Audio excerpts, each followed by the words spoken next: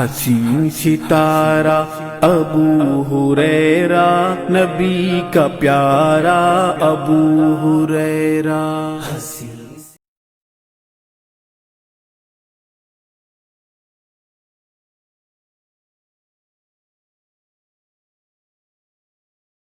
إن الحمد لله نحمده ونستعينه ونستغفره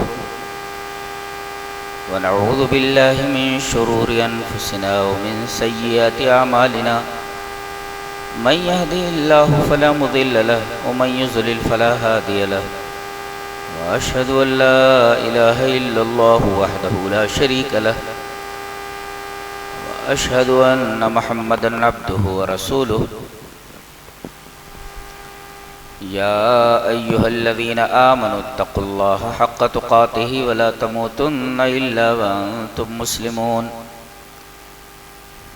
يا أيها الناس اتقوا ربكم الذي خلقكم من نفس واحدة وخلق منها زوجها وبث منهما رجالا كثيرا ونساء واتقوا الله الذي تساءلون به والأرحام إن الله كان عليكم رقيبا يا أيها الذين آمنوا اتقوا الله وقولوا قولا سديدا يصلح لكم أعمالكم ويغفر لكم ذنوبكم ومن يطع الله ورسوله فقد فاز فوزا عظيما أما بعد فإن خير الحديث كتاب الله وخير الهدي هدي محمد صلى الله عليه وسلم وشر الأمور محدثاتها وكل محدثة بدعة وكل بدعة ضلالة الضلالة في النار أعوذ بالله من الشيطان الرجيم بسم الله الرحمن الرحيم إن الذين يؤذون الله ورسوله لعنهم الله في الدنيا والآخرة وأعد لهم عذابا مهينا۔ حضرات، علماء کرام، محترم بزرگوں، نوجوان بھائیوں، پیارے بچوں، خواتین اسلام،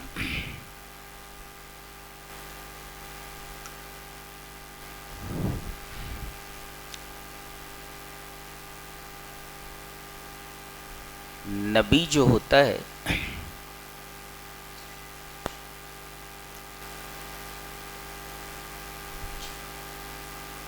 وہ دنیا میں کسی کے بنانے سے نہیں بنتا، کہ بہت سارے لوگ ووٹ ڈال دیں تو اکثریت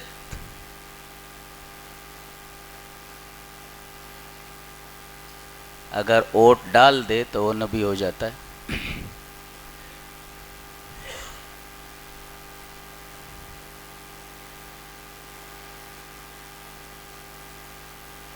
بلکہ یہ ایسا عہدہ ہے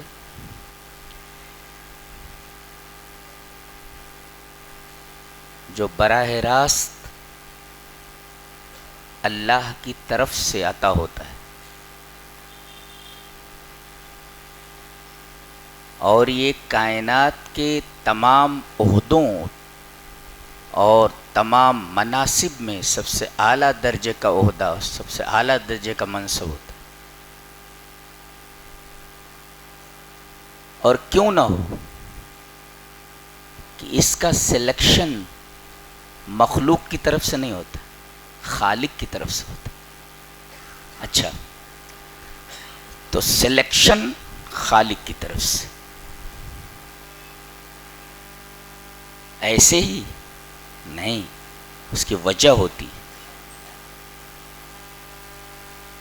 اسی کو کیوں نبی بنایا گیا؟ ٹھیک ہے،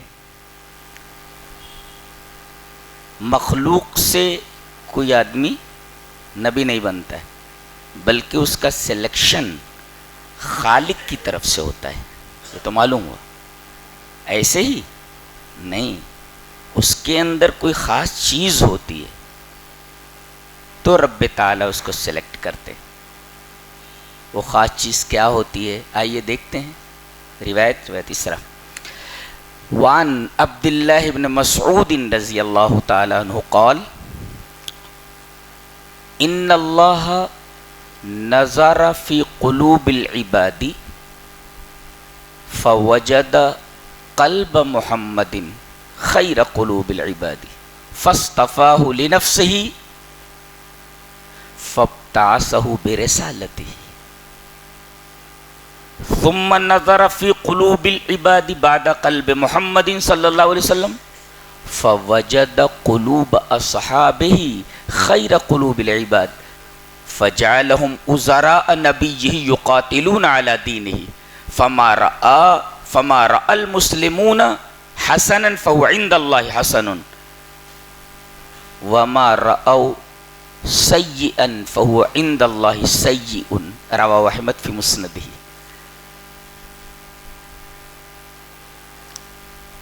حضرت امام احمد ابن حنبل رحمہ اللہ اس اثر کو مسند احمد میں لائے ہیں حضرت عبداللہ ابن مسعود سے.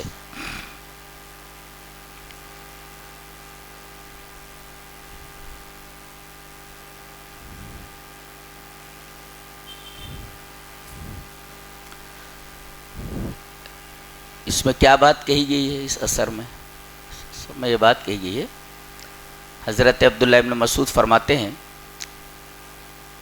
کہ اللہ تبارک و تعالی نے اپنے تمام بندوں کے دلوں میں نظر کیا، دلوں میں نگاہ، پر نہیں. ایک ہوتا ہے یہ پر نگاہ ڈالنا، کہتے ہیں نا بچوں کا ذہن ادھر ادھر ہو تو استاذ کیا بولتا ہے؟ Look at the black board, black board پر دیکھو، ایسا بولتا ہے. تو پر دیکھنا ہے، وہ نہیں کہتا بلیک بورڈ کے اندر دیکھو. تو ایک ہوتا ہے پر دیکھنا اور ایک ہوتا ہے میں دیکھنا. میں فرض کیجئے یہ دل ہے تو اللہ تعالی نے صرف دل نہیں دیکھا بلکہ دل کے اندر دیکھا. یہ مطلب ہے فی کا. ان اللہ نظر فی قلوب العباد، اپنے تمام بندوں کے دلوں میں دیکھا، پر نہیں میں دیکھا. تو فوجد قلب محمد صلی اللہ علیہ وسلم خیر قلوب العباد، تو تمام بندوں کے دلوں میں سب سے بہتر دل محمد صلی اللہ علیہ وسلم کا دل پایا. جی سوال یہ ہے کہ دل کو دیکھنے کی کیا ضرورت تھی؟ دل میں دیکھنے کی کیا ضرورت تھی؟ اس لیے کہ پورا قانون زندگی قرآن حکیم کی شکل میں آپ کے قلب اطہر کے اوپر اتارنا تھا. قرآن دماغ کے اوپر نہیں اترا ہے، جسم کے اوپر نہیں اترا ہے، بلکہ اللہ تعالی نے قرآن حکیم کو نبی کریم صلی اللہ علیہ وسلم کے قلب مبارک پر اتارا ہے. یہ ایسی کتاب ہے جو دل کے اوپر اتاری گئی ہے. اور نبی کا کام کیا ہوتا ہے؟ نبی کا کام ہوتا ہے اللہ کے بندوں کے دل کی اصلاح.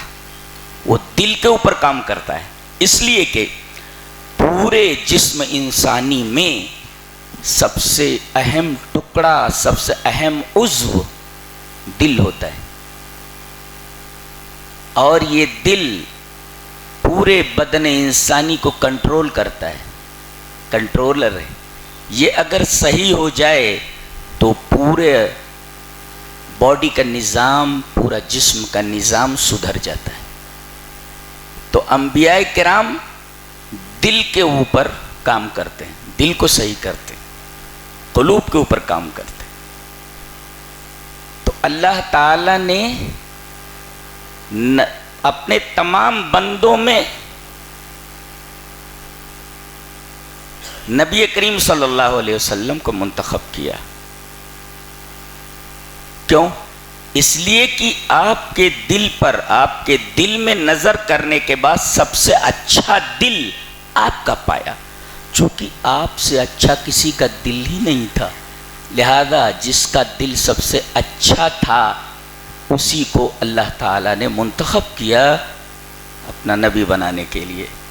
تو سب سے اچھا دل جب اپنے نبی کا پایا تو فاصطفاہ لنفسہ.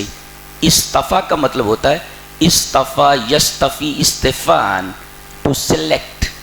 تو منتخب کیا، سلیکٹ کیا اس کو اپنے لیے، جی منتخب کر لیا. فابتعثہ برسالتہ، اور اپنا پیغام دے کر کے بھیجا کہ آپ یہ میرا پیغام میرے بندوں تک پہنچا دیجیے. یہ ترتیب ہے. یہ اس کے بعد اب پہلے جن کو پہنچانا ہے، پہلے دیکھیے آپ کو پیغام ملا، اب آپ کو سب سے پہلے کس کو پہنچانا ہے؟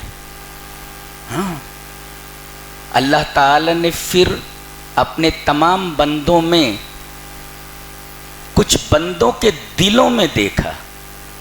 ثم نظر فی قلوب العباد بعد قلب محمد صلی اللہ علیہ وسلم. محمد صلی اللہ علیہ وسلم کے دل میں دیکھنے کے بعد اپنے تمام بندوں کے دلوں پر پھر نگاہ ڈالی تو سب سے اچھا دل آپ کے صحابہ کا پایا. پتہ یہ چلا کہ جس طرح نبی سلیکٹڈ ہوتا ہے صحابہ کرام بھی سلیکٹڈ ہوتے ہیں. لہذا جس طرح نبی پر اعتراض نہیں کیا جا سکتا اس لیے کہ وہ نبی کا سلیکٹڈ ہوتا ہے، ایسے ہی صحابہ کے اوپر بھی انگشت نمائی نہیں کی جا سکتی، اس لیے کہ اللہ تعالیٰ نے نبی کے لیے صحابہ کو سلیکٹ کیا ہے. لہذا یہ عام لوگ نہیں ہیں. عام لوگ اگر غلطی کریں تو اعتراض کیا جا سکتا ہے. جی امام غلطی کرے اب کہہ سکتے ہیں یہ غلط ہے. کوئی بڑی شخصیت غلطی کرے کہہ سکتے ہیں کہ یہ غلط ہے. لیکن صحابی اگر کوئی غلطی کرے تو ہم لوگ ایسا نہیں کہہ سکتے یہ غلط ہے، اس لیے کہ اللہ تبارک و تعالی ہی کہے گا کہ یہ غلط ہے اور ہم نے آپ کو معاف کر دیا. یہ عجیب لوگ ہیں. میں یہ پوچھتا ہوں شرک کے بعد سب سے بڑا گناہ کون سا ہے؟ شرک کے بعد میدان جنگ سے بھاگنا. جی جی، اس لیے کہ جو سزا شرک کی ہے وہی سزا میدان جنگ سے بھاگنے کی ہے. وَمَن يُوَلِّهِمْ يَوْمَئِذٍ دُبُرَهُ إِلَّا مُتَحَرِّفًا لِقِتَالٍ أَوْ مُتَحَيِّزًا إِلَى فِئَةٍ فَقَدْ بَاءَ بِغَضَبٍ مِّنَ اللَّهِ وَمَأْوَاهُ جَهَنَّمُ وَبِئْسَ الْمَصِيرُ. جو میدان جنگ سے بھاگ پڑے تو اس کی سزا جہنم ہے، اور یہی سزا شرک کی ہے. برابر ہے. میدان جنگ سے احد میں تقریباً صحابہ بھاگ چکے تھے، صرف 13-14 باقی تھے. پاؤں اکھڑ گئے تھے ان کے پاؤں اکھڑ گئے تھے. اللہ یہ کتنا بڑا گناہ سرزد ہوا. اگر ہم بھاگتے تو ہمارے لیے قانون دوسرا تھا، لیکن وہ بھاگے تو ان کے لیے قانون کیا ہے؟ آئیے دیکھتے ہیں. وَلَقَدْ صَدَقَكُمُ اللَّهُ وَعْدَهُ إِذْ تَحُسُّونَهُمْ بِهِ. یہ تقریر نہیں ہوتی ہے، یہ ایک علمی لیکچر ہوتا ہے. جی جی جی، عام تقریر اس کو غور سے سنو گے تو سمجھ میں آئے گا. جی جی، یہ بہت گہرائی سے بولا جاتا ہے. یہ صرف عقلاء ہی اس کو سمجھ سکتے ہیں، عام لوگوں کے بس کا روگ نہیں ہے. وَلَقَدْ صَدَقَكُمُ اللَّهُ وَعْدَهُ إِذْ تَحُسُّونَهُمْ بِإِذْنِهِ حَتَّى إِذَا فَشِلْتُمْ وَتَنَازَعْتُمْ فِي الْأَمْرِ وَعَصَيْتُمْ مِنْ بَعْدِ مَا أَرَاكُمْ مَا تُحِبُّونَ مِنْكُمْ مَنْ يُرِيدُ الدُّنْيَا وَمِنْكُمْ مَنْ يُرِيدُ الْآخِرَةَ ثُمَّ صَرَفَكُمْ عَنْهُمْ لِيَبْتَلِيَكُمْ وَلَقَدْ عَفَا عَنْكُمْ. اللہ اکبر. دیکھ رہے ہیں اللہ نے اپنے وعدے کو سچ کر دکھایا. کیا وعدہ کیا تھا کہ میدان احد میں ہم تمہیں فتح عنایت کریں گے، فتح دے دی. میدان جنگ سے کافر بھاگ رہے ہیں اپنا سب سامان وامان چھوڑ کر کے. اللہ نے وعدہ پورا کر دیا، غلبہ دے دیا، فتح دے دی. اب یہ جیتی ہوئی جنگ صحابہ ہار گئے، جیت گئے. اللہ تبارک تعالیٰ نے وعدہ کیا تھا، جیت گئے. کفار میدان چھوڑ کر بھاگ چکے ہیں، بھاگ رہے ہیں. لیکن یہ جیتی ہوئی جنگ ہار گئے صحابہ. کیوں؟ وجہ بتائی جا رہی ہے. حتی اذا فشلتم وتنازعتم فی الامر وعصیتم من بعد ما اراکم ما تحبون. پہلے تمہارے پاؤں اکھڑے. فشل کا مطلب سمجھتے ہیں؟ فشل کا مطلب ہوتا ہے ٹو فیل ہو جانا. کہتے ہیں کہ بھئی لڑکا امتحان میں فیل ہو گیا تو اس کہتے ہیں فشل. فیل کیوں ہوا؟ اس لیے کہ پڑھائی کے اوپر جو گرپ ہونی چاہیے، دباؤ، یہ دباؤ ڈھیلا پڑ گیا. تعلیم دی جا رہی ہے کہ پڑھو تو پوری گرپ کے ساتھ پڑھو. جی اگر آپ کا قدم ڈھیلا ہوا تو ناکامی آپ کو مقدر ہے. یہ تعلیم دی گئی ہے پڑھنے والوں کے لیے.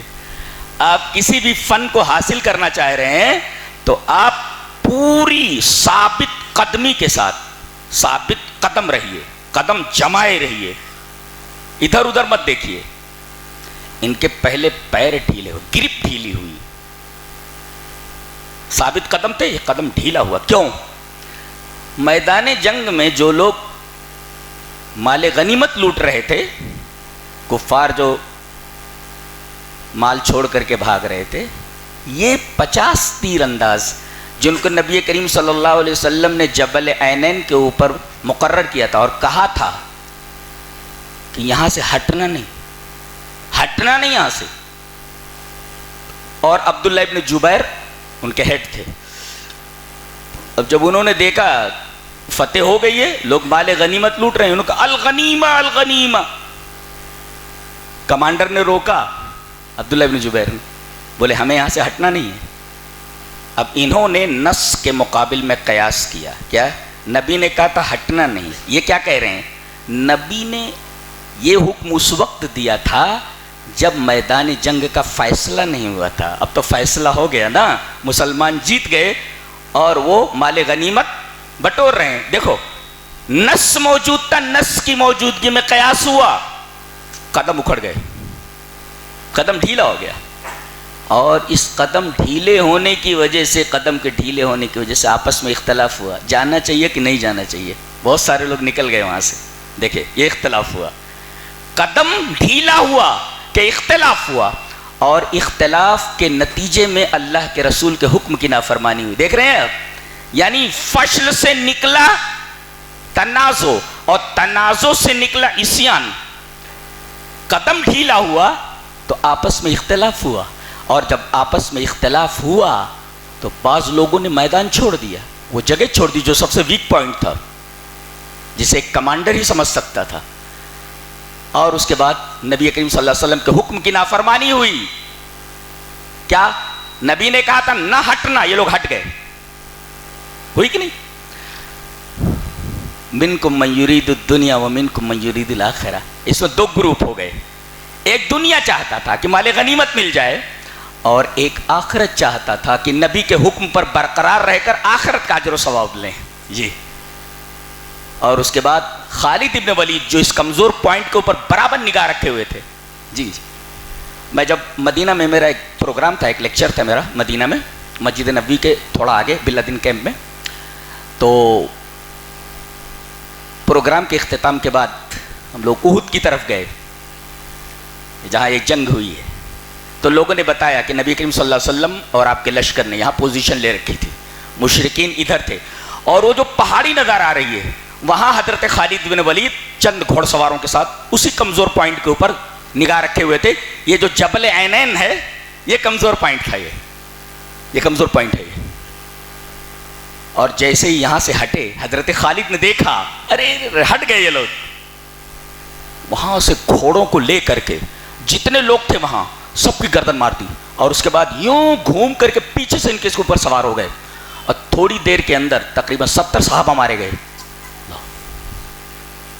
ایک نقطہ یہ ملا کہ نبی کی نافرمانی پر جو سزا مرتب ہوتی ہے یہ ایک قانون ہے، اس سے کوئی نہیں بچتا. صحابہ جنہوں نے اپنا سب کچھ نبی کے لیے قربان کر دیا، یہ قانون ان کے لیے بھی نہیں بدلا. آج تو ہم ہر قدم پہ نبی کے قانون کو توڑ رہے ہیں اور کہتے ہیں کہ ہم کو صلاح الدین ایوبی چاہیے. فلاں نہیں چاہیے، فلاں نہیں چاہیے، یہ تمہارا منہ ہے، تمہاری اوقات ہے، یہ قدم قدم پر تو نبی کے قوانین توڑتے ہو۔ یہاں ایک قانون ٹوٹا، ان لوگوں کو بھی نہیں چھوڑا گیا جنہوں نے نبی کے لیے اپنا گھر بار چھوڑ دیا، اپنا مال تج دیا، اپنا سب کچھ قربان کر دیا۔ صحابہ، ان کے لیے یہ قانون نہیں بتا کہ اگر نبی کی نافرمانی کرو گے تو سزا دی جائے گی تم کو بھی۔ اللہ، میدان جنگ سے بھاگ پڑے سب، لیکن اللہ نے فرمایا گناہ ہو گیا تم سے، وَلَقَدْ عَفَا عَنْكُمْ، ہم تمہیں معاف کر رہے ہیں۔ اللہ اکبر، یہ لوگ ہیں یہ۔ تو اللہ نے اگر معاف کر دیا تو یہ مرزا جیسے بیہودے لوگ ہیں، یہ حسن اللہ یاری جیسے بیہودے لوگ، یہ صحابہ کرام رضوان اللہ تعالی علیہم کے اوپر انگلی اٹھائیں گے جسے اللہ تبارک و تعالیٰ نے اتنے بڑے گناہ کے بعد معاف کر دیا۔ معاف کرنے والا وہ، اعتراض کرنے والا تو کون ہوتا ہے؟ تو کیا، تیری اوقات کیا؟ تو کیا، تیری اوقات کیا؟ اللہ نے معاف، اتنا بڑا گناہ ہونے کے باوجود اللہ نے فرمایا وَلَقَدْ عَفَا عَنْكُمْ، اللہ نے تم کو معاف کر دیا۔ یہ ہیں صحابہ۔ تو گویا جس طرح کوئی خود سے نبی نہیں بنتا، اللہ سلیکٹ کرتا ہے تو نبی بنتا ہے، ایسے ہی کوئی صحابی نہیں بنتا۔ جیسے نبی کا سلیکشن ہوتا ہے، ایسے ہی صحابہ کا، جو نبی کے وزراء ہوتے ہیں، ان کا سلیکشن بھی رب تعالیٰ کی طرف سے ہوتا ہے۔ لہذا اگر کوئی نبی پر اعتراض کرے، نبی کی شان میں گستاخی کرے تو اللہ کی شان میں گستاخی ہے۔ اگر صحابہ کرام کے اوپر اعتراض کرے اور صحابہ کی شان میں گستاخی کرے، یہ بھی اللہ کی شان میں گستاخی ہے، اس لیے کہ دونوں سلیکٹڈ ہیں۔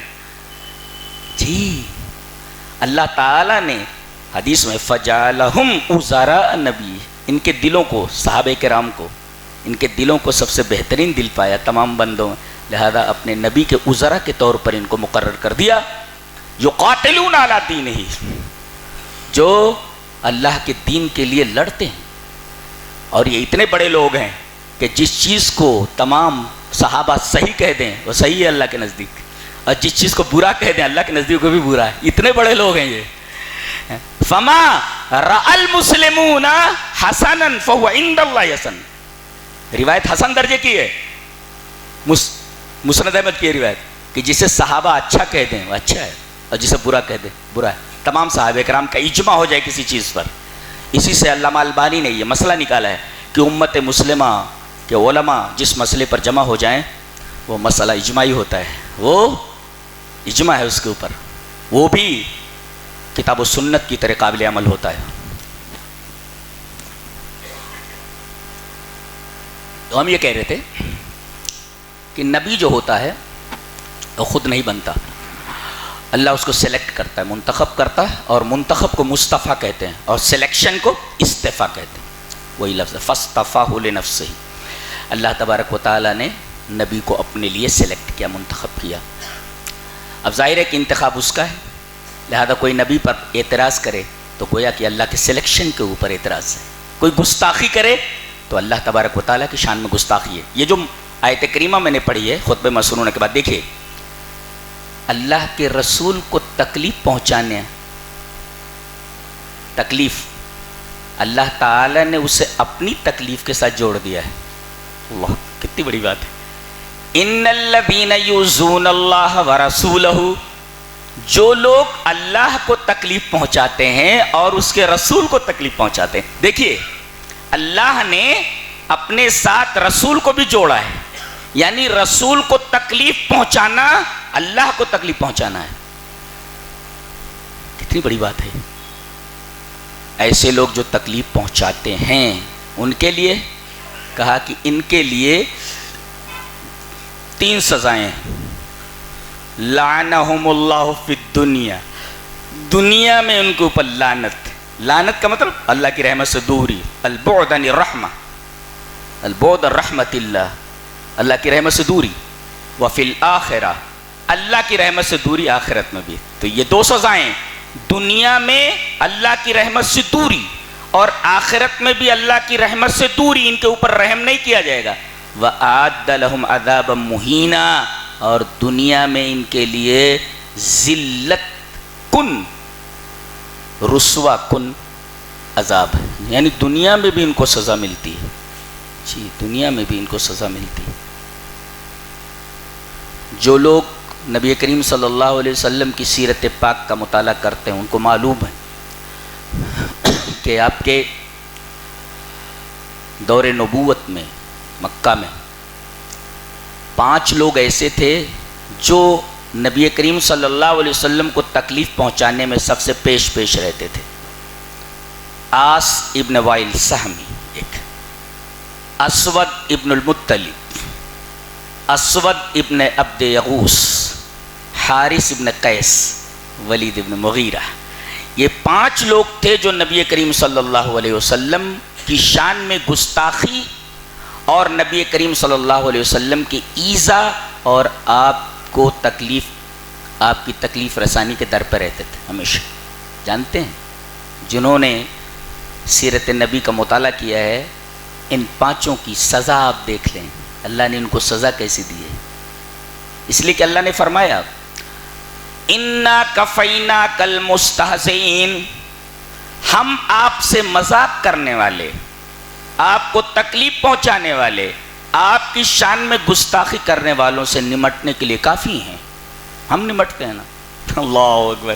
نکتہ یہ ملا کہ نبی کی شان میں جو گستاخی کرے، چونکہ یہ اللہ کی شان میں گستاخی ہے، لہذا اللہ فرماتا ہے تم لوگ نمٹو نہ نمٹو، ہم کافی ہیں نمٹنے کے لیے، ہم نمٹنے کے لیے کافی ہیں.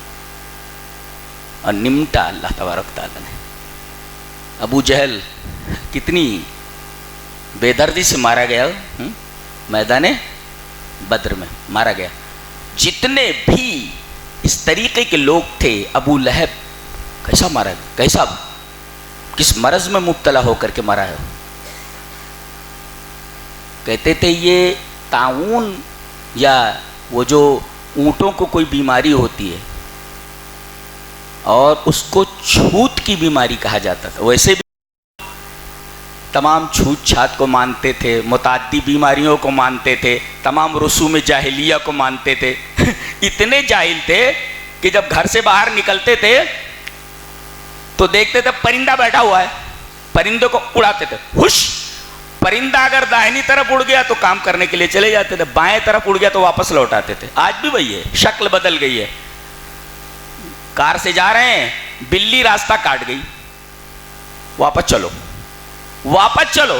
ارے بھائی بلی ہے وہ، اب سڑک کے اس طرف سے اس طرف سے جانا ہے، کہاں جائے گی؟ وہ اڑ کر جائے گی. ارے بھائی راستہ کراس کر کے ہی جائے گی. بھائی بلی سے تیری کار کا کیا ربط ہے؟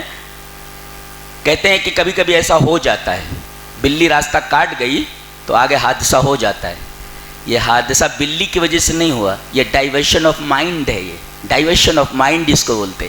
ارے بلی نے راستہ کاٹ دیا، بلی نے راستہ کاٹ دیا، بلی نے راستہ کاٹ دیا. یہ منتر پڑھتے ہوئے جا رہا ہے اور ڈائیورٹ ہوا ذہن، لڑ گیا ٹرک سے. تو یہ بلی کی وجہ سے نہیں ہوا، یہ تیرے وہم کی وجہ سے ہوا. یہ مائنڈ کا ڈائیورشن ہے. یہ بلی سے اس کار کا خیال لینا دینا ہے. اللہ اکبر. بولے کوے ماموں چھت کی مڈیر پر کاؤں کاؤ کر رہے ہیں، کوئی مہمان آنے والا ہے، لیجئے جناب.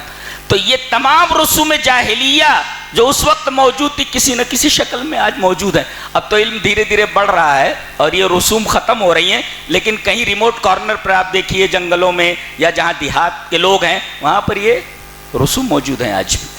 تو اتنے جاہل تھے یہ. اللہ تبارک تعالیٰ نے فرمایا اِنَّا كَفَيْنَاكَ الْمُسْتَهْزِئِينَ. یہ اور اس کی بیوی دونوں کوئی بھی وتیرہ،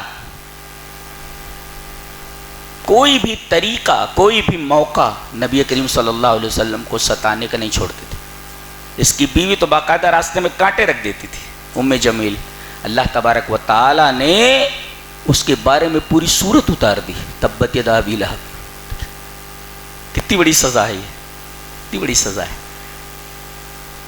اور اس کو وہ جو بیماری لگ گئی تو لکڑی سے لے کر کے، بانس لے کر کے اس کی لاش کو پہلے گڈھا کھودا گیا اور بانس سے ڈھکیل کر کے اس گڈھے میں اس کی لاش کو گرا دیا گیا اور اوپر سے پتھر پھینک کر کے اس کی قبر کو ڈھک دیا گیا. اتنی بری موت مرا ہے. اسی طرح آپ دیکھیے آس ابن وائل سہمی، یہ وہی شخص ہے جس نے کہا کہ نبی کریم صلی اللہ علیہ وسلم محمد ابتر ہیں، کوئی نرینہ اولاد نہیں ہے. یہ دیکھو ایک بچہ ہوا تھا یہ بچہ ہوا تھا ابھی ماریا سے، مر گیا یہ بچہ مر گیا۔ ابراہیم، نبی کریم صلی اللہ علیہ وسلم رو رہے ہیں، کہہ رہے ہیں کہ اے ابراہیم ہم تیری جدائی سے غمگین ہیں۔ یہ غم جو ہوتا ہے فطری ہوتا ہے، ایسا غم ممنوع نہیں ہے، نبی کے لیے بھی جائز ہے۔ تو جب انتقال ہو گیا تو یہ کہنے لگا کہ محمد تو ابتر ہو گئے۔ ابتر کہتے ہیں ایسے جانور کی دم کو جو دم کٹی ہوئی دم کو، یعنی جس کے پیچھے کوئی نہ ہو، یعنی اب اس کا نام لیوا کوئی نہیں رہے گا۔ اللہ تبارک تعالیٰ نے جواب میں فرمایا ان شانئک هو الابتر، آپ سے بغض رکھنے والا، آپ سے کینہ رکھنے والا، آپ سے دشمنی رکھنے والا وہ ابتر ہے، هو الابتر، وہ دم بریدہ ہے، وہ دم کٹا ہوا ہے۔ آج مسجد سے اذان ہوتی ہے تو توحید کی شہادت کے بعد نبی کریم صلی اللہ علیہ وسلم کی رسالت کا اعلان کیا جاتا ہے۔ اللہ تعالیٰ نے اپنے نام کے ساتھ اپنے نبی کے نام کو ملا دیا ہے، اور آپ صلی اللہ علیہ وسلم کو رسول ماننے والے، توحید کی گواہی دینے والے جتنے لوگ ہیں، ہر مسجد سے 5 مرتبہ کم سے کم اعلان کیا جاتا ہے کہ رسول اللہ صلی اللہ علیہ وسلم، محمد صلی اللہ علیہ وسلم اللہ کے رسول ہیں۔ آپ کے نسبی بیٹے تو نہیں رہے، روحانی بیٹے بیٹھے ہوئے ہیں نا سب، جی کہ نام کو بلند کرنے کے لیے، آپ کے پیغام کو آگے پہنچانے کے لیے۔ بیٹوں سے کیا امید کی جاتی ہے؟ یہی کہ اس کا نام بلند کریں گے وہ، اور اس کے کام کو آگے بڑھائیں گے۔ 2 ہی کام ہوتا ہے نا، اس کے نام کو بلند کریں گے اور اس کے کام کو آگے بڑھائیں گے۔ اللہ تبارک و تعالیٰ نے آپ کے روحانی بیٹوں کو تیار کر دیا قیامت تک کے لیے، جی، جو آپ کے کاز کو بھی آگے بڑھائیں گے اور آپ کے نام کو بھی بلند کریں گے، آپ کے نام کو بھی بلند کریں گے۔ اسی وجہ سے اللہ نے فرمایا سورہ کریمہ کے بالکل شروع میں، اِنَّا أَعْطَيْنَاكَ الْكَوْثَرَ، ہم نے آپ کو کوثر دیا ہے۔ کوثر کی تفسیر کی گئی ہے خیر کثیر سے، کثیر خیر دے دیا گیا ہے، اور مفسرین نے مزید اس کی وضاحت کی ہے کہ دنیا میں جتنا خیر ہو سکتا ہے وہ سب آپ کو دے دیا گیا ہے، اور آخرت میں بھی جتنا خیر ہو سکتا ہے وہ دے دیا گیا۔ بتائیے جب سارے لوگ پیاسے ہوں گے، پانی سے بڑا خیر کیا ہو سکتا ہے کہ پیاسے کو دے دیا جائے؟ آپ کو دے دیا گیا، لیجئے کوثر عطا کیا جاتا ہے آپ کو آخرت میں۔ جی، اپنے ماننے والوں کو، اپنے رسالت کی گواہی دینے والوں کو آپ پانی دیجئے، پلائیے ان کو پانی، کہ پانی جو ایک دفعہ پی لے اس کو کبھی پیاس نہ لگے۔ جی، پلائیے پانی ان کو۔ جی، تو آپ کو خیر کثیر دے دیا گیا، دنیا میں جتنا خیر ہو سکتا ہے سب دے دیا گیا۔ نقطہ یہ ملا کہ جب دنیا میں تمام خیر نبی کو دے دیا گیا اور وہ تمام خیر آپ نے امت کو دے دیا ہے، نبی بخیل نہیں ہوتا۔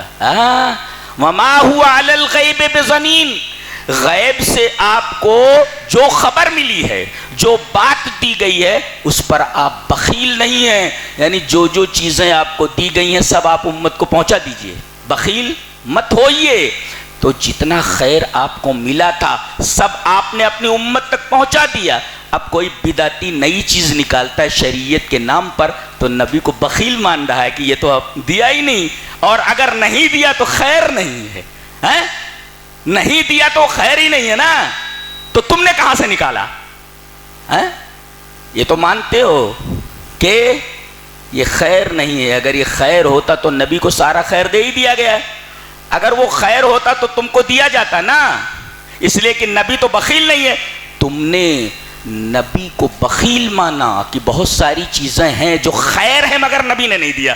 دیکھیے بدعتی بات کو کہاں تک لے جا رہا ہے، نبی تک لے جا رہا ہے۔ یہ جو نئی نئی چیزیں ایجاد ہو رہی ہیں دین کے نام پر، در حقیقت یہ اگر خیر ہوتی یہ باتیں تو نبی کو تمام خیر دے دیا گیا تھا، اور وہ خیر آپ نے امت کو دے دیا، اس لیے کہ آپ غیب پر بخیل نہیں ہیں۔ اور اگر کوئی یہ کہے کہ یہ دین ہے نبی نے ہم کو نہیں دیا، تو آپ کیا کیا بول رہے ہیں نبی کو؟ آپ یہ کہہ رہے ہیں نا کہ نبی بخیل تھے، انہوں نے دیا نہیں۔ اللہ نے جو دیا تھا اور بات صرف نبی تک جا کر رکی نہیں، بات آگے بڑھ گئی، اللہ تک پہنچی. اس لیے کہ بدعتی بہت خطرناک ہوتا ہے. شرک اور بدعت دونوں اصل میں ترازو کے دو پلڑے ہیں، ادھر ایک ہے ادھر ایک ہے، ایسا ایک ہی چیز ہے. اس سے بھی عاقبت خراب ہو جاتی ہے، اس سے بھی عاقبت خراب ہو جاتی ہے.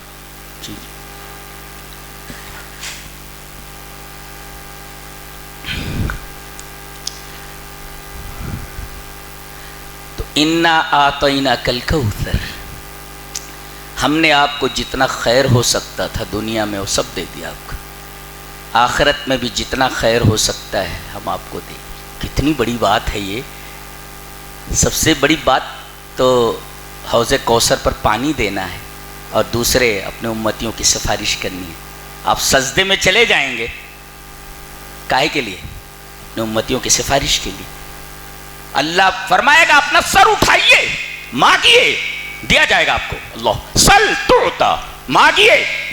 ارفع یا محمد ارفع راسک، اپنا سر اٹھائیے، جو مانگیں گے آپ کو دیا جائے گا. اپنے لیے تو نبی نے کچھ مانگا ہی نہیں، سب کچھ تو نبی سب کو اپنی امت کے لیے. اور امت کا حال یہ ہے کہ اس کے راستے کو چھوڑ کر کے نہ جانے کن کے راستے پر چل رہی ہے. کوئی بزرگوں کے راستے پر چل رہا ہے، کوئی شخصیتوں کے راستوں پر چل رہا ہے، کوئی اماموں کو پکڑے ہوئے. ارے بھائی کیا معاملہ ہے یہ؟ کیا معاملہ ہے یہ کیا معاملہ ہے؟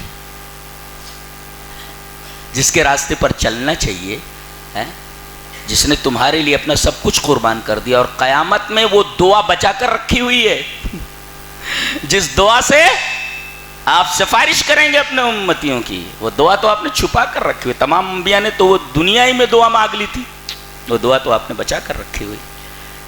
تو ایسے نبی کے لیے تو جان قربان کر دینا چاہیے. جی. اور نقطہ یہ نکلا کہ جس کو اللہ نے دنیا اور آخرت کے تمام خیر دے دیے ہوں، اگر اس کی شان میں کوئی گستاخی کرتا ہے تو یہی ہوا نا. چاند کے اوپر تھوک رہا ہے تو چاند کے اوپر تھوکنے والے تھوک کہاں گرتا ہے؟ اس کے منہ پر. لہذا یہ جتنے بھی گستاخان رسول ہیں، یہ منبع خیر کے اوپر چاند کے اوپر تھوکنے کی کوشش کر رہے ہیں، اور چاند پر تھوکنے والے کا تھوک اس کے منہ کے اوپر گرتا ہے. یہ بیچارے اسی لائق ہیں، یہ اسی لائق. اور یہ کوئی نئی بات نہیں ہے. اس طریقے کا مکروہ عمل، استہزاء بالرسول، رسولوں کے ساتھ مذاق کرنا، رسولوں کی شان میں گستاخی کرنا، یہ کوئی نئی چیز نہیں ہے. یہ مکروہ عمل تاریخ کے اس پورے دورانیے کے اوپر ہوتا رہا ہے. اللہ نے فرمایا یا حسرتن علی العباد ما یاتیہم من رسول الا کانوا بہ یستہزئون. جانتے ہیں یہ آیت کس کانٹیکسٹ میں ہے؟ یہ اس کانٹیکسٹ میں ہے کہ اللہ نے فرمایا اے ہمارے حبیب، آپ اس شہر والوں کا، اصحاب کا واقعہ بیان کر دیجئے کہ جہاں پہلے 2 رسول بھیجے گئے سورہ یاسین میں، پھر ان کی تائید کے لیے فَعَزَّزْنَا بِثَالِثٍ، ہم نے ایک تیسرا رسول بھیجا. جب یہ پہنچے تینوں تو انہوں نے کہا کہ ہم اللہ کے رسول ہیں، تمہارے پاس اللہ کا پیغام لے کر کے آئے ہیں. قوم گستاخی کر رہی ہے. جب سے تم لوگ آئے ہو ہم دیکھ رہے ہیں کہ چاروں طرف نحوست پھیلی ہوئی. منحوس ہو تم، قالوا انا تطیرنا بکم، منحوس ہو تم. انہوں نے اتنا ہی جواب دیا قالوا طائرکم معکم، تمہاری نحوست تمہارے ساتھ ہے، منحوس ہم نہیں ہیں، نحوست تمہارے ساتھ ہے. دیکھو انہوں نے نبیوں کو، رسولوں کو منحوس کہا، منحوس کہا انہوں نے. اور پھر جس آدمی نے تائید کی ان تینوں کی، اسے مار ڈالا گیا، اسے مار دیا گیا. اس کو صاحب یاسین کہا جاتا ہے، اس کو مار ڈالا گیا. اللہ اکبر. ان تینوں کی تائید کرتے ہوئے توحید پر جو اس کی تقریر ہے، آپ دیکھیے وہاں پر سورہ یاسین، کتنی شاندار تقریر ہے بندے کی. اور پھر اس شاندار تقریر کے اوپر چونکہ شرک کی ترتیب کھلی ہوئی، وَمَا لِيَ لَا أَعْبُدُ الَّذِي فَطَرَنِي وَإِلَيْهِ تُرْجَعُونَ، میں کیوں ایسے لوگوں کی عبادت کروں جنہوں نے پیدا نہیں کیا؟ پیدا جس نے کیا ہے مجھے اس کی عبادت کرنی چاہیے، اور جس کی طرف ہمیں لوٹنا ہے اس کی عبادت کرنی چاہیے. توحید پر شاندار تقریر ہے. اور اگر رحمان کوئی مصیبت تمہارے اوپر نازل کر دے تو یہ جن کو تم پوج رہے ہو یہ وہ مصیبت کو ٹال سکتے ہیں، بچا سکتے ہیں تم کو. کھلی ہوئی تقریر تھی توحید کے اوپر جی. کہا پکڑو اس کو, مار ڈالو اس کو. مار ڈالا گیا اس کو, ختم کر دیا گیا.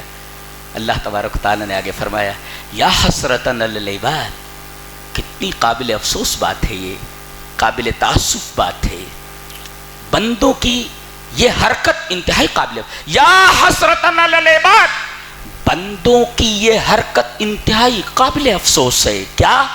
ما یاتیہم من رسول الا کانوا بہ یستہزئون, کہ جتنے بھی رسول آئے ہیں کوئی بھی رسول ایسا نہیں کہ جس کا مذاق نہ اڑایا گیا ہو, جس کی شان میں گستاخی نہ کی گئی ہو. ایک سیدھی سادی بات کو ہوا بنا لیا گیا. 9 سال کی لڑکی سے شادی کر لیا. ارے رام نے تو 6 سال کی لڑکی کے ساتھ شادی کر لیا. تو بھائی وہاں یہ قابل اعتراض بات نہیں ہے, یہاں یہ قابل اعتراض بات ہے. لڑکی بالغ ہو کے شادی کے قابل ہو گئی, کون سی اعتراض کی بات ہے, شادی کر دی جائے. وہاں 9-10 سال نہیں دیکھا جاتا. لڑکی اس لائق ہو گئی ہے جی, جوانی کی دہلیز میں قدم رکھ دیا ہے, شادی کر دو. کون سی بری بات ہے جس کو تم ہوا بنا رہے ہو اور جس کو لے کر کے تم نبی کی شان میں گستاخی کر رہے ہو؟ یہ کوئی بات ہے یہ؟ اور اس سے پہلے تم خود کو دیکھ لو کہ وہاں کیا ہے. یہاں معاملہ 9 سال کا ہے, یہاں تو معاملہ 6 سال کا ہے. تو یہ بنا بات کی بات ہے, بلا وجہ کی بات ہے. وہی قرآن کہہ رہا ہے, یہ بندوں کے لیے انتہائی قابل افسوس بات ہے کہ ما یاتیہم من رسول الا کانوا بہ یستہزئون, کہ جتنے بھی رسول دنیا میں آئے سب کی شان میں گستاخی کی گئی ہے, سب کو مذاق کا نشانہ بنایا گیا, ٹارگٹ بنایا گیا.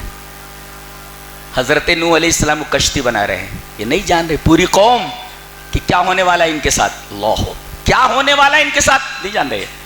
اللہ نے فرما دیا تھا کشتی بناؤ, دعا قبول ہو گئی تمہاری. جی نوح علیہ السلام کی. کیا بنا رہے ہو؟ او کشتی بنا رہے ہو, آس پاس تو کوئی دریا نہیں ہے, ہوا میں اڑائے گا, یہ کشتی کو ہوا میں اڑائے گا, ایسا بولتے. اللہ ایسا مذاق اڑایا گیا. اور نتیجہ آپ نے دیکھا, صفحہ ہستی سے حرف غلط کی طرح مٹا دیا گیا. جی بیٹے کو بھی نہیں چھوڑا گیا. پانی کا جب عذاب آیا تو ایمان والوں کو بچا لیا گیا, باقی سب کو ڈبو دیا گیا, فنش کر دیا گیا سب کو. تو یہ ہوا انا کفیناک المستہزئین. یہ قاعدہ تمام رسولوں کے ساتھ ہے کہ جن جن لوگوں نے رسول کا مذاق اڑایا سب کو صفحہ ہستی سے حرف غلط کی طرح مٹا دیا گیا. اللہ قوم عاد کو دیکھو کتنی مضبوط قوم تھی. اللہ تعالیٰ نے کہا سب سے اہم چیز کو ہم تمہارے لیے عذاب بنا دیتے. ہوا جس کے بغیر آدمی زندہ نہیں رہ سکتا, اللہ تعالیٰ نے ان کے اوپر ہوا مسلط کر دی. صرف اتنا حکم ہے اسپیڈ بڑھا دے. تو 7 رات اور 8 دن تک مسلسل ان کو اوپر چلتی رہی. مکانات موجود ہیں, مکینوں کا پتہ نہیں کہاں گئے ہو. جی درخت کو پکڑ لے تو درخت کو اکھاڑ دیتی تھی ہوا اور گھما کر کے پٹک دیتی تھی. یہ بتایا گیا کہ رسول کے ساتھ مذاق کرنے والے, رسول کی تکذیب کرنے والے, یہ انجام ہے ان کا. حضرت صالح علیہ السلام کی قوم, مطالبہ کیسا خطرناک مطالبہ ہے, ہم تمہاری بات مان لیں گے. اچھا کیا کرنا کیا ہے؟ بولے اس پہاڑ سے گابھن اونٹنی نکال دو, اس کے ساتھ جیسے نکلے تیسے بچہ دے. اچھا مرغی سے انڈا نکال سکتا, انڈے سے مرغی نکال سکتا ہے, تو اللہ پتھر سے زندہ جانور نہیں نکال سکتا؟ تو ہر چیز پر قادر ہے. یخرج الحی من المیت ومخرج المیت من الحی, زندے سے مردہ کو نکالتا ہے, مردہ سے زندہ کو نکالتا ہے. اس کے لیے کیا ہے؟ پتھر سے اونٹنی نکل آئی, 10 ماہ کی گابھن اونٹنی نکل آئی, اور جیسے نکلی اس نے بچہ دیا. اللہ ہمارا رب بھی کتنا قادر ہے. اللہ پتھر سے جو گابھن اونٹنی نکال سکتا ہو, اس کو چھوڑ کر کے نہ جانے کہاں کہاں یہ امت جو ہے کہاں کہاں کن کن آستانوں کے اوپر اپنا سر پھوڑ رہی ہے جا کر کے. یعنی یہ دیں گے, یہ دیں گے. میں نے بتایا تھا نہیں جمعہ میں, 3 چیزیں اگر ہوں, حی ہونا چاہیے, زندہ, دوسرے دیکھنے والا ہونا چاہیے, تیسرے دینے پر قادر ہونا چاہیے. یہ تینوں ان کے اندر موجود نہیں جن سے تم مانگ رہے ہو. اور جو یہ تینوں چیزیں رکھتا ہے اپنے پاس, اس سے تو مانگ ہی نہیں رہے ہو. جو زندہ ہے اس سے نہیں مانگ رہے ہو, مردے سے مانگ رہے ہو. جو قادر نہیں ہے دینے پر, اس سے مانگ رہے ہو تم. زندگی بھر بھیک مانگتا رہا, لوگ اسے روٹیاں دیتے رہے, کھاتا رہا, سیدھے سے بدن پر کپڑے نہیں پہن سکتا تھا, مر گیا تو اب قدرت والا ہو گیا, دے رہا ہے. بھائی یہ کون سی دماغ کی بات ہے بھائی؟ وسیلے کے بغیر کوئی دعا قبول نہیں ہوتی، درمیان میں ڈالو کسی کو. شیطان نے کیسے کیسے وسوسے ڈال رکھے ہیں. غلطی دونوں سے ہوئی، حضرت آدم سے بھی ابلیس سے بھی. اور حضرت آدم علیہ السلام نے دعا مانگی بغیر وسیلے کے، ربنا ظلمنا انفسنا وإن. شیطان نے بھی وہ دعا مانگی، رب انظرنی الی یوم یبعثون. دونوں نے کوئی وسیلہ بیچ میں نہیں رکھا. دیکھو اس نے بھی بغیر وسیلے کے دعا مانگی اور اس کی دعا قبول ہو گئی. اے اللہ ہمارے گناہوں کو معاف کر دے. گناہ معاف ہو گیا. کن کا؟ آدم کا. اس نے کہا مجھے قیامت تک مہلت دی جائے، یہ دعا ہے. اور اس نے بھی یا رب کہا، رب کا، اور انہوں نے بھی ربنا کہا. بیچ میں کوئی واسطہ نہیں. اور دنیا کو کیا چکر دے رہا ہے؟ بغیر وسیلے کی دعا قبول نہیں ہوتی. کتنا چالاک ہے نہیں؟ بہت ہوشیار ہے، بہت ہوشیار ہے. اس لیے کہ اکیلے اسے جہنم میں نہیں جانا ہے، لے کر جانا ہے. اور اللہ نے فرمایا یہ بڑی حد تک کامیاب ہے. وَلَقَدْ صَدَّقَ عَلَيْهِمْ إِبْلِيسُ ظَنَّهُ فَاتَّبَعُوهُ إِلَّا فَرِيقًا مِّنَ الْمُؤْمِنِينَ. ابلیس نے اپنے وعدے کو سچ کر دکھایا. اس کے پیچھے تمام لوگ چل چکے ہیں سوائے مومنین کے ایک گروہ کے. اتنا کامیاب ہے وہ، سب کو گمراہ کر دیا اس نے. کیسی پٹی پڑھاتا ہے، بالکل الٹا کرتا ہے. کھا رہے ہو دبا کے، یہاں جنت میں گھوم رہے ہو دونوں، ہاں کھا رہے. اچھا وہ کیا ہے؟ ارے وہ درخت وہاں جانے سے منع کیا گیا ہے، جنت منع کیا گیا. ارے وہ تو شجرۃ الخلد ہے، تم کو کیا پتا؟ میں تم سے پہلے کا ہوں. جمعہ 8 دن کو تم کو کیا معلوم؟ مجھے معلوم ہے. بولے کیا ہے وہ؟ کیا ہے؟ بولے اس کا پھل اگر کھا لیا جائے تو کبھی آدمی نکالا نہیں جاتا. یہ دیکھیے الٹا پٹی پڑھا رہا ہے. اللہ فرما رہا ہے یہ پھل کھائے کہ نکال دیے جاؤ گے. یہ کہتا ہے شجرۃ الخلد ہے، یہ اس کو کھاؤ گے تو نکالے نہیں جاؤ گے. بالکل الٹا پٹی پڑھاتا ہے یہ. اب دیکھو کہیں پر الٹا پٹی پڑھا رہا ہو تو اس کا الٹا کر دو کہ یہ غلط کر رہا ہے، اس کو الٹا کر دو، وہی صحیح ہوتا ہے. وہی صحیح ہوتا ہے. شیطان جو کہے اس کا الٹا کر لو، وہی صحیح ہوتا ہے. جی بالکل الٹی پٹی پڑھاتا ہے.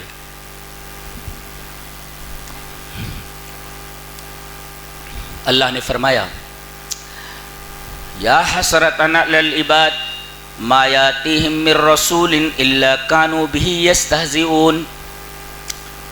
جتنے بھی رسول آئے سب کی شان میں گستاخی کی گئی ہے، لیکن جتنے بھی گستاخان رسول ہیں کسی کو چھوڑا نہیں گیا ہے. جی یہ لوگ جو گستاخی کر رہے ہیں یہ اللہ کے ٹارگٹ پہ ہیں. جی ڈھیل دیا جاتا ہے، چھوڑا نہیں جاتا. ڈھیل دیا جاتا ہے مگر چھوڑا نہیں جاتا. یہ اللہ کا قانون نہیں ہے، کسی کو نہیں چھوڑا گیا ہے، کسی بھی گستاخ رسول کو چھوڑا نہیں گیا ہے. یہ قاعدہ ہے اللہ کا. اس لیے کہ اس نے کہا انا کفیناک المستہزئین. گستاخان رسول کے لیے ہم کافی ہیں. جب اللہ نے کہا جی ہم کافی ہیں، نمٹتا ہو، برابر نمٹتا ہو. پورا قرآن اس بات پر شاہد عدل ہے کہ کسی کو چھوڑا نہیں گیا. اچھا ہمیں کیا کرنا ہے؟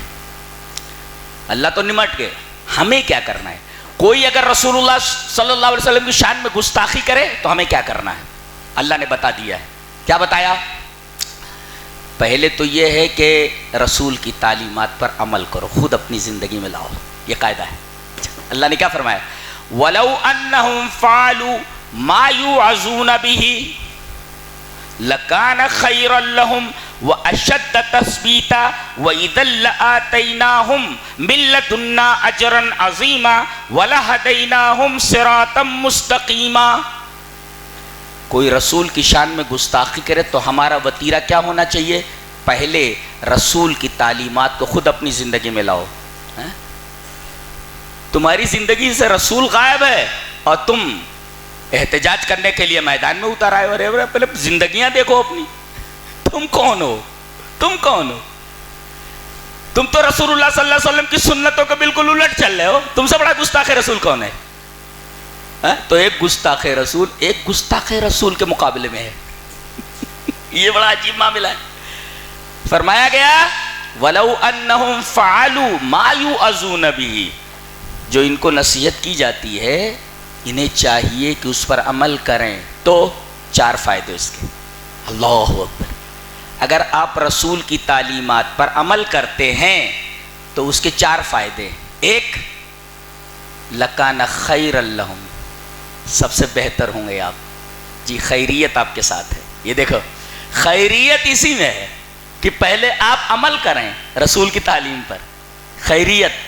اچھا دوسرے وَأَشَدَّ تَثْبِيتًا، دشمنوں کے مقابلے میں اللہ تبارک و تعالیٰ تمہیں ثابت قدمی عطا فرمائے گا. اللہ، یہ دوسرا فائدہ. تیسرا، وَإِذَا لَآتَيْنَاهُم مِّن لَّدُنَّا أَجْرًا عَظِيمًا، اللہ تبارک و تعالیٰ تمہیں اجر عظیم عطا فرمائے گا. رسول کی شان میں گستاخی ہوئی، دل دکھتا ہے کہ ہمارے رسول کو برا بھلا کہا گیا، دل دکھتا ہے، ہر مسلمان کا دل دکھتا ہے.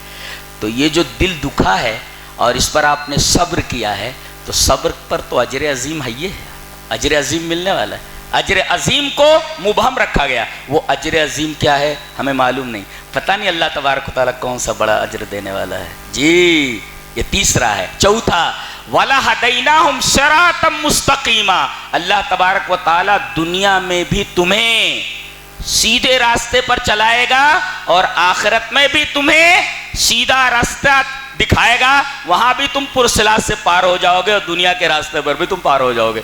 وَلَهَدَيْنَاهُمْ صِرَاطًا مُسْتَقِيمًا. اللہ اکبر. یہ 4 چیزیں ہیں جو آپ کو ملنے والی ہیں کہ پہلے اپنی زندگیوں میں رسول کی تعلیمات نافذ کرو. دوسرا کام ہمیں کرنا ہے کہ مخالف کی طرف سے رسول اللہ صلی اللہ علیہ وسلم پر جو اعتراضات کیے گئے ہیں، اسکالرز کی، علماء کی ایک ٹیم ہو جو اس کا مدلل جواب دے سکے، شائستگی اور جگہ کے قانون کے مطابق. جہاں آپ رہ رہے ہیں قانون نہ ٹوٹے، آپ کی شائستگی کہیں ہاتھ سے نہ جائے، پوری سنجیدگی، پوری شائستگی اور قانون کے دائرے میں رہتے ہوئے مخالف کے تمام اعتراضات کے جواب دے. ایسے اسکالرز ہمارے اندر ہونے چاہیے. 2 ہو گیا، اسکالرز ہونے چاہیے، جواب دیں، اس کا علمی جواب دیں. تیسرا کام ہمیں یہ کرنا ہے کہ تمام مدرسوں کے اندر، ہر گھر میں رسول اللہ صلی اللہ علیہ وسلم سیرت کو پڑھایا جائے. بچیاں گھر میں اللہ کے رسول کی سیرت پڑھیں، ہماری بہویں وہ رسول اللہ صلی اللہ علیہ وسلم کی سیرت پڑھیں، ہماری بیٹیاں پڑھیں، ہماری مائیں اور بہنیں پڑھیں. رسول اللہ صلی اللہ علیہ وسلم کی سیرت وہ خود مطالعہ کریں. ایک بچی اگر کالج میں پڑھ رہی ہے، اسکول میں پڑھ رہی ہے، تو اس کے سامنے بہت سی ایسی لڑکیاں ہوں گی جو رسول اللہ صلی اللہ علیہ وسلم کی تعلیمات اور آپ کی سیرت سے واقف نہیں ہوں گی، وہ کچھ اعتراض کر سکتی ہیں. لہذا ہماری بچیوں کو بھی چاہیے کہ ان کا جواب دینے کے لیے ہمارے پاس رسول اللہ صلی اللہ علیہ وسلم کی سیرت کا مطالعہ ہونا چاہیے. ایک، ہمارے بچوں کو بچپن ہی سے رسول اللہ صلی اللہ علیہ وسلم کی سیرت اور صحابہ کرام کی سیرت پڑھائی جانی چاہیے. ہمارے اسکولوں میں یہ چیز داخل ہونی چاہیے، رسول اللہ صلی اللہ علیہ وسلم کی سیرت کو پڑھایا جائے.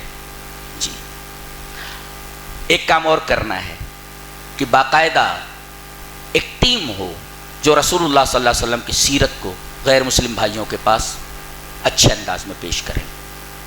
کہ جو سمجھ رہے ہو ایسا نہیں ہے، مسئلہ یہ ہے، یہ رسول اللہ صلی اللہ علیہ وسلم کی سیرت ہے، رسول اللہ صلی اللہ علیہ وسلم کی سیرت یہ ہے. جی ایک حدیث کے آئینے میں آپ دیکھیں کتنی اچھی بات ہے. چلیے وہ حدیث پڑھ لیتے ہیں. وعن ابی اسحاق قال سمعت ابا عبد اللہ الجدلی یقول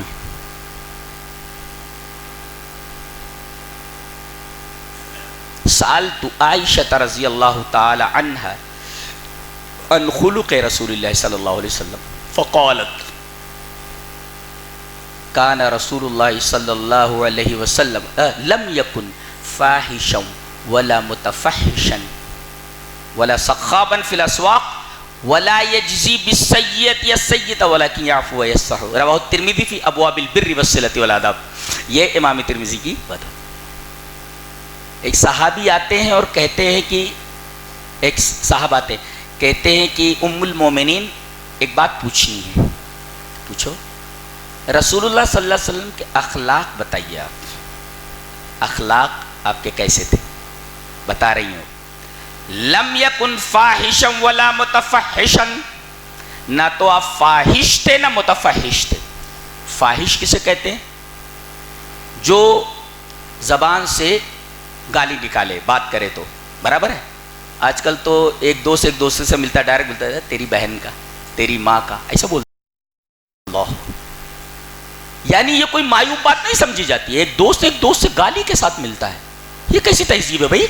یہ کیسی تہذیب ہے کہ ایک دوست اپنے دوست کی بہن کو درمیان ملائے, ایک دوست اپنے دوست کی ماں کو درمیان ملائے؟ یہ کون سی تہذیب ہے بھائی؟ یہ کون سی تہذیب ہے؟ کم سے کم یہ اسلامی تہذیب نہیں ہے. تو فاحش کسے کہتے ہیں؟ زبان سے گندی بات نکالنے والا. اور متفحش کا مطلب ہوتا ہے کہ یہ بد کلامی, بد زبانی اس کی عادت بن گئی ہو. کان دیدنہ و عادتہ, اس کی عادت بن گئی ہو, بولے تو غلط بات ہی بولے, بد زبانی کرے. تو نبی کریم صلی اللہ علیہ وسلم نہ تو منہ سے کوئی غلط بات نکالتے تھے, نہ یہ آپ کی عادت تھی. تو لم یکن فاحشا ولا متفحش ولا سخابا فی الاسواق, اور نہ آپ بازار میں شور مچاتے تھے. آج تو باپ نے موٹر سائیکل دے دی, وہ کیا کہتے ہیں جس میں سے دھواں نکلتا ہے, سائلنسر بنوا لیتے ہیں, وہ نکلوا کر کے بنوا لیتے تاکہ بھڑ بھڑ کی آواز اور تیز ہو جائے. ہاں, نبی کریم صلی اللہ علیہ وسلم کے بارے میں کہا گیا کہ آپ بازار میں شور نہیں مچاتے, تو شور مچا رہا ہے بھائی, یہ کون سی تہذیب ہے؟ کم سے کم یہ اسلامی تہذیب تو نہیں ہے شور مچانا. ہیں, زبان سے شور نہیں مچا سکتے. یہ جو سائلنسر آپ نے بنوایا ہوا ہے بھڑ بھڑ کرتے ہوئے, تم نے پورے محلے کی ناک میں دم کیا ہوا ہے, یہ ایذائے مومن ہے, یہ غلط ہے. یہ کم سے کم یہ اسلامی تہذیب نہیں ہے. اس میں جو ہارن لگا ہے وہ ہارن صرف تنبہ کے لیے ہے کہ سامنے والا کوئی آ جائے تو اس کو خبردار کر دیا جائے کہ بھئی موٹر سائیکل آ رہی, تاکہ وہ ایک طرف ہٹ جائے. پے پے پے پے پے پے پے 1 کلومیٹر تک وہ دبائے. ارے بھائی دبائے وہ جا رہا ہے, اس پر چپی لگا دینا. ہوئی گھر پہ بھی کھڑا کر تو چپی لگا دو, بجتی رہے وہ. یہ کیا مصیبت ہے؟ یہ کم سے کم یہ اسلامی تہذیب نہیں ہے. ولا سخابا فی الاسواق ولا یجزی بالسیئۃ السیئۃ. نبی کریم صلی اللہ علیہ وسلم برائی کا بدلہ برائی سے نہیں دیتے تھے. یہ بتایا جائے کہ نبی کریم صلی اللہ علیہ وسلم برائی کا بدلہ برائی سے نہیں دیتے تھے. لہذا یہ تعلیم ہے امتیوں کی کے لیے کہ برائی کا بدلہ برائی سے نہ دیں. یہ نبی کریم صلی اللہ علیہ وسلم کی سیرت ہے. تو کیا کیا جائے؟ وَلَكِنْ يَعْفُوا وَيَصْفَحُوا, بلکہ معاف کر دیا جائے اور درگزر کر دیا جائے. نبی کریم صلی اللہ علیہ وسلم کی یہ سیرت لوگوں تک پہنچائی جائے. جی اچھا, ایک کام اور کیا جائے کہ مسلمانوں میں جو بارسوخ لوگ ہیں, جن کی سیاست میں اچھی پکڑ ہے, انہیں چاہیے کہ پوری ایک ٹیم بنا کر کے اقتدار اعلیٰ کے پاس باقاعدہ ایک میمورنڈم دیں کہ بھائی قانون ہمیں اجازت دیتا ہے کہ ہم یہ بات آپ تک پہنچائیں, اس لیے کہ تمام دھرموں کے احترام کی بات قانون میں داخل ہے. لہذا اسلام کے اوپر اس طریقے کا تبصرہ اور ان کے نبی کے اوپر اس طریقے کا کلام, اس طریقے کی گستاخی, یہ قانون کے بھی خلاف ہے.